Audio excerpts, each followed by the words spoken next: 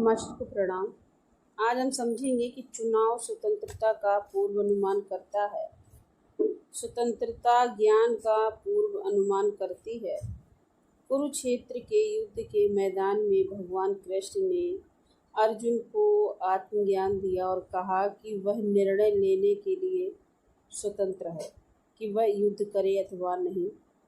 भगवान कृष्ण से ज्ञान प्राप्त करने के बाद अर्जुन ने युद्ध करने का चयन किया। इस ज्ञान ने उसे अपने भय और प्रवृत्तियों के बंधन से मुक्त कर दिया। अर्जुन ने अपनी स्वतंत्रता का प्रयोग सही चयन करने के लिए किया। अपने गुरु स्वयं श्री कृष्ण के अनुरूप चलने का चयन कुछ लोगों के मन की बुराई को मिटाने के लिए और अच्छाई की रक्षा हेतु धर्म की पुनः स्थापना करने के लिए प्रकृति का माध्यम बनने का चयन।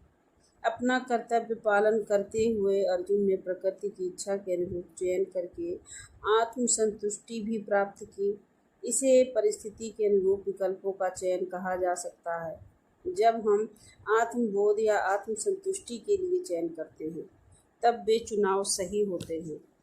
यानी कि हमको चुनाव और स्वतंत्रता का पूरा अनुमान पहले से होना चाहिए पूर्व में, कि हम कहाँ पर कौन सा निर्णय लेंगे, कौन सा चुनाव करेंगे और कैसे परिस्थिति से निकल पाएंगे। जिस तरह से अर्जुन निकले हैं तो हमें भी अपने जीवन में उसी तरह से चुनाव स्वतंत्रता इसका पहले से अनुमान होना चाहिए कि जब हमारे जीवन में कुछ ऐसा होने वाला हो तो हम तैयार रहें कि किस तरह से हम चुनाव को समझेंगे। तो चुनाव हमारे आंतरिक पुकार के अनुरूप होंगे।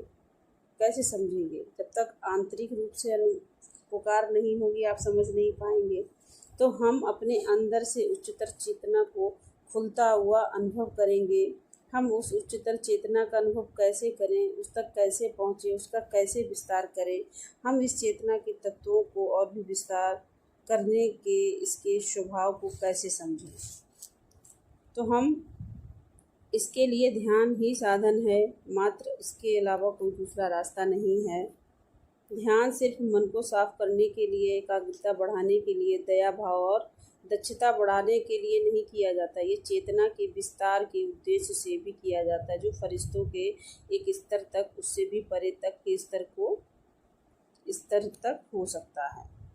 तो ध्यान के माध्यम से ही अपनी चेतना को जागृत करके हम चुनाव स्वतंत्र रूप से किसी भी बात का निर्णय ले सकते हैं।